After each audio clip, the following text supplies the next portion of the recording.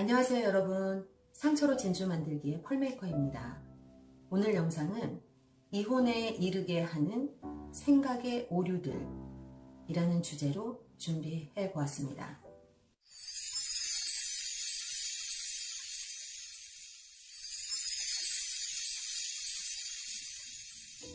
이혼에 이르게 되는 여러 가지 이유들이 많이 있습니다. 외부적인 이유들도 있고요.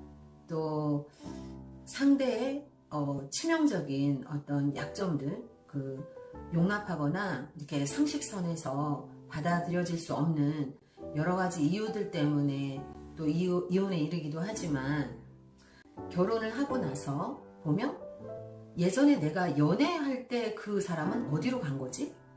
내가 정말 이 사람을 사랑했었나? 하는 엄청난 충격받는 일들이 많이 생기죠.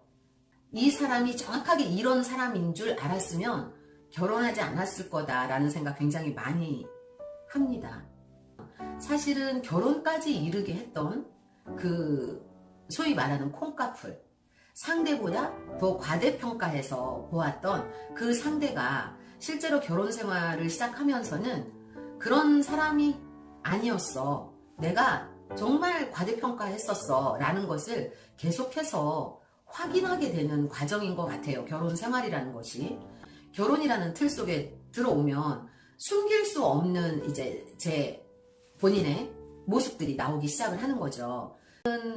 많은 부부들이 똑같이 이런 어려움을 겪었는데, 왜 누구는 끝까지 갈 수 있고 누구는 중간에서 그만두는지, 여러 상황 속에서 돌발적으로 발생되는 여러 문제들이 있겠지만, 그 각자가 가지고 있는 상처, 절대 나의 어떤 부분은 건드리지 말아야 하는 거, 상대에게도 있고 저에게도 있어요. 나의 성장 과정에서, 아니면은 내가 이제까지 살아오면서 어떤 경험한 것들, 아니면 내 원 가정 안에서의 어떤 상처들 때문에 이런 반응들을, 어떤 사람은 되게 절충하는 게 잘 되는 커플이 있는가 하면, 어떤 커플은 절충하는 게 굉장히 어려워서 그 시간이 조금 길어지다 보면 지치고, 그러다 어느 순간에 어느 쪽이 더 이상 노력하지 않고 포기를 하는 상태가 되면서 이혼으로 이르게 되는 게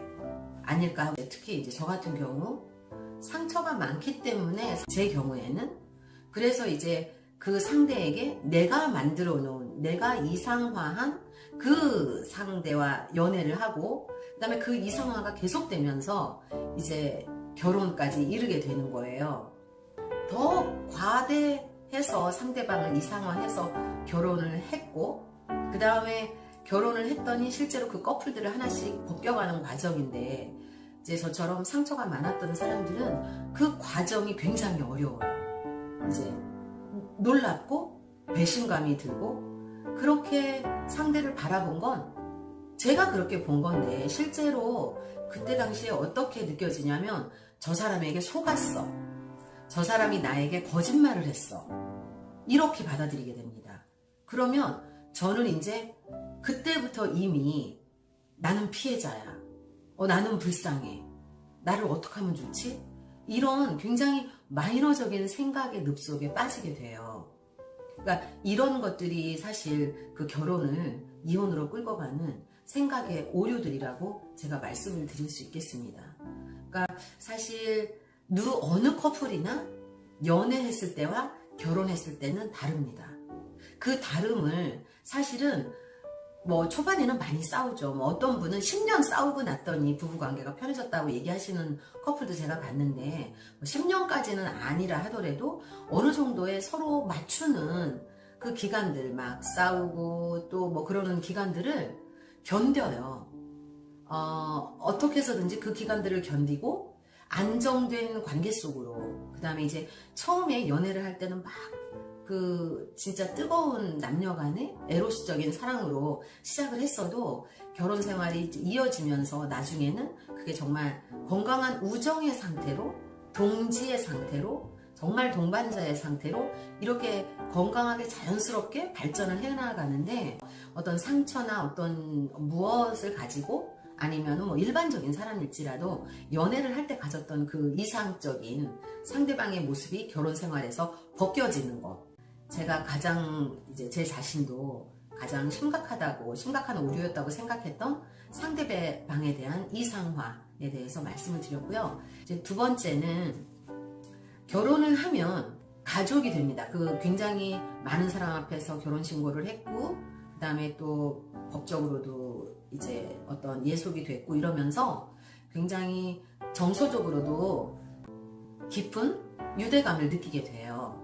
그런데 그게 이제 좋은 방향으로 계속 선순환이 돼서 가면 부부가 서로를 아끼고 존중하는 이제 그런 사실 좋은 그 밑받침이 되는 감정인데, 이제 저도 그랬고, 그런 어떤 그 예속감, 소속감이 약간 마음을 풀어놓게 하는, 긴장을 풀어놓게 하는, 그러면서 그러는 중에 상대방의 이제 허점, 뭐 약점 이런 것도 보게 되고, 그러면서 뭐 상대가 내가 생각했던 뭐 그 정도의 사람이 아니라는 것 때문에 약간 안도, 약간 실망 이러면서 뭐 너도 그 정도니까 나도 그냥 이 정도는 봐주겠지 하는, 사실 상대방이 그런 거에 대해서 실망하면서 본인도 상대방한테 실망을 주는 것들을 한다는 거죠. 커플을 하나씩 벗으면서요. 그러면서 이상하게 그거는 이제 연구 결과로도 나와 있다고 하더라고요. 결혼을 하거나 이제 이렇게 연인 관계가 되면 상대방에 대한 그 이제 상대가 나보다 더 어른스럽게 생각이 된다는 거죠. 그래서 좀 내가 하는 것들은 이해가 될 것 같고, 그 사람이 하는 거는 저 사람은, 그러니까 저 사람을 어른스럽게 생각을 하고 있기 때문에 저 사람이 왜 저러지 하고 더 실망의 포인트가 커지는 어떤 요인이 생긴다고 해요. 근데 이제 그런 거를 미리 알지 못했기 때문에 그냥 자연스럽게 결혼 생활을 시작하면 그렇게 이제 흘러가게 되는 거죠. 본인들이 부부 사이에 많은 싸움을 하고 서로 각성하고 직면하고 많이 대화하고 힘들어하면서 어려운 시간을 보내고 이런 걸 깨달아서 결국은 이제 안정적인 관계로 가는 부부가 있는가 하면, 이런 관계를 끝까지 버텨내지 못하고 이제 끝나게 되는 게 이혼이 아닌가 하는 생각이 저는 듭니다. 뭐 우리는 가족인데 이렇게 되면서 너무 편안해지고, 남자 여자의 개념이 이제 점점 옅어지고 그냥 가족처럼 돼버리면서 약간 그 성적인 어떤 매력들도 놓치고, 그거는 제가 지금 돌아보면 그런 상대방한테 내가 지속적으로 성적인 매력을 느끼게 내가 그런 존재가 되고 싶다 그러면 저는 그건 굉장히 부단한 노력이 있어야 된다고 생각을 해요. 둘 다. 그거는 놓쳐버리면, 사실 놓쳐버려서 너무나 뭐 이런 말 있잖아요. 가족끼리 그런 건 하면 안 돼. 이런 농담이 사실은 농담처럼 하지만 그렇게 실제적으로 사는 부부들도 많다고 제가 알고 있어요. 부부가 서로 이 사람이 내 와이프이기 이전에, 내 남편이기 이전에 여자였고 남자였다는 것을 결코 잊지 말으셔야 된다고 생각이 들어요. 그리고 이런 것들은 미리 이제 합의가 돼서 우리가 아이를 낳게 되면 어떻게 될 것인가, 그럴 때는 서로 이렇게 어떻게 이 상황을 넘어갈 것인가도 충분히 대화를 할 수 있으면 가장 좋다고 생각합니다. 그 다음에 이제 대화가 잘 되지 않는다는 거죠. 서로 이렇게 어떤 대화의 주파수를 잘 맞추려고 노력하는 게 결혼 전에 그게 선행이 돼야 된다고 생각이 들어요. 결혼 전에 우리가 어떤 대화 채널을 항상 대화 채널이 열려 있고, 그 다음에 어떤 상황에서라도 상대가 대화를 요청했을 때는 그 대화를 받아준다는 어떤 약속들이 꼭 필요하다고 생각이 들어요. 결혼을 하게 되면 어떻게 되냐면은 이제 공동체 의식이 생기다 보니까 남편 입장에서도 와이프 입장에서도 이거 내가 지금 이 일이 급해, 이거는 우리를 위해서야 라고 자꾸 이제 명분을 그렇게 우리를 위해서 하는 거지 내가 개인적으로 내가 하고 싶어서 이래? 그렇게 얘기가 많이 되거든요. 어떻게 보면 관계를 깨뜨리는 가장 큰 해악이 되더라는 거죠, 제가 볼 때. 그래서 대화의 창구는 항상 열려 있어야 하고, 만약에 이제 그 대화만 잘 된다 그러면 적절한 대화의 타이밍을 잡는 것도 충분히 이미 논의가 됐을 거예요. 그래서 이제 그런 것들을 꼭 했어야 하는데 우리가 그런 것들을 알지 못했다는 거. 그 다음에 이제 이렇게 됩니다. 이제 이런 과정들을 거치면서 그게 잘 되지 않으면 일련의 과정들이, 결혼 생활들이 힘들어지고, 가장 힘든 건 그거예요.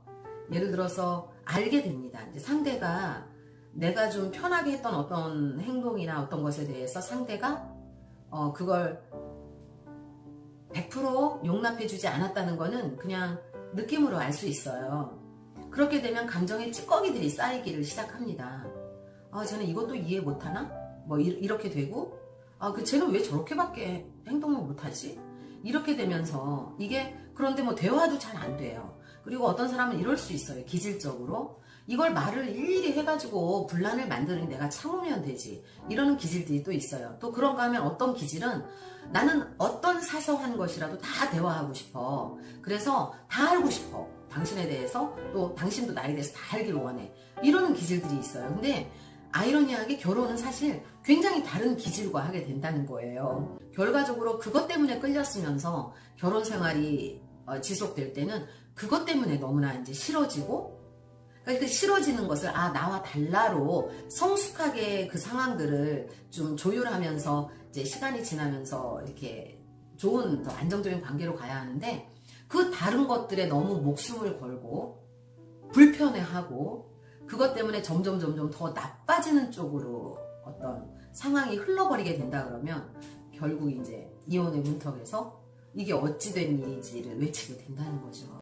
저 사람은 저렇구나로 접근해야 되는데 저 사람이 왜 저래? 왜 저래? 라는 거는 내 기준이거든요. 근데 서로가 상대에게 내 기준을 들이대기 시작하면 관계는 어려워집니다. 그건 부부관계뿐만이 아니라 모든 관계가 마찬가지인 것 같아요. 그래서 이제 이런 것들, 상대를 폄하하고 실망하고 실망한 거에 대한 어떤 반응들을 내가 무례하게 하고 이러는 것들이, 그때는 내 생각에, 본인의 생각이 어떤 오류를 갖냐면 저러는 저 사람은 상식 이하야. 그리고 내가 생각하는 이것이 상식이라는 생각이 오류라는 거죠. 결혼을 하게 되면 제일 먼저 이런 말들이 있죠. 주도권을 먼저 잡아야 한다. 주변에서 그렇게 훈수를 둡니다. 초장에 잡아야 돼. 막 이러면서요. 근데 여러분, 저는 지금 이 시간에 여러분 앞에 강력하게 말씀을 드리겠습니다. 결혼을 했는데 주도권을 잡겠다는 생각을 둘 중에 누군가 한 사람이라도 한다면 그 관계, 어려워지는 관계로 스타트한 겁니다. 제가 생각할 때 이 생각이 이혼으로 이르게 하는 가장 큰 생각의 오류라고 생각합니다. 여러분, 이거 절대 내가 주도권을 잡아야지, 내가 길들여야지, 결혼생활이 편하려면 내가 초장부터 이렇게 해야 돼, 그리고 뭐 내가 지금부터 잘해주면 나중에 더 원하니까 지금 아예 할 수 없는 거 안 하겠어, 하지 마시고요. 어쨌든 이런 오류들이 결혼을 망친다는 거를 확실히 아시고, 제가 이제 나중에 이게 결혼에 대한 카테고리를 다시 하나 만들 건데요. 그때 이제 조금 더 디테일하게 결혼이 어떻게 준비되어야 하고 결혼 생활이 어떻게 진행되어야 되는지에 대해서도 제가 여러분께 다시 한번 영상으로 만나 뵙겠습니다. 오늘 제가 드린 이런 말씀들 다시 한번 새겨보시면서, 혹시 지금 이제 이혼 때문에 고민하고 계시는 분들이라면 나는 과연 잘했는지, 나는 과연 이런 거에서 자유로울 수 있는지 돌아보는 그런 시간이 되셨으면 좋겠습니다.